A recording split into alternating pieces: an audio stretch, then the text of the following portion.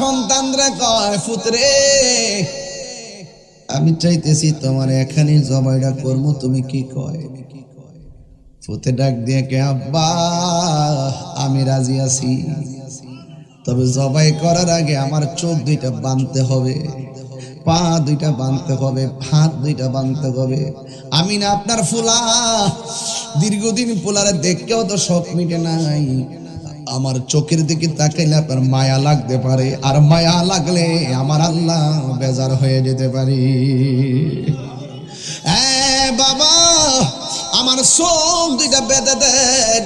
যেই মাত্র চোখ দুইটা বেঁধে দিছে, হাত পা যখন বেঁধে দিছি, এই সন্তান আবার তার আব্বার ডাক দিয়া কয়, বাবা ও বাবা আমার হাতের বাঁধন খুলে দেন, আমার পায়ের বাঁধন খুলে দেন, আমার চোখের বাঁধন খুলে দেন। কয় কেন? কয় আপনি যদি আমার হাত পা বান্দা জবাই করেন, কিয়ামত পর্যন্ত মানুষ আপনারে বলবে ইসমাইল রাজি ছিল না, রাজি থাকলে হাত পা বাঁধলো কেন? নিঃসন্দেহে সন্তান রাজি ছিল না, আপনাকে অপবাদ দিতে পারে।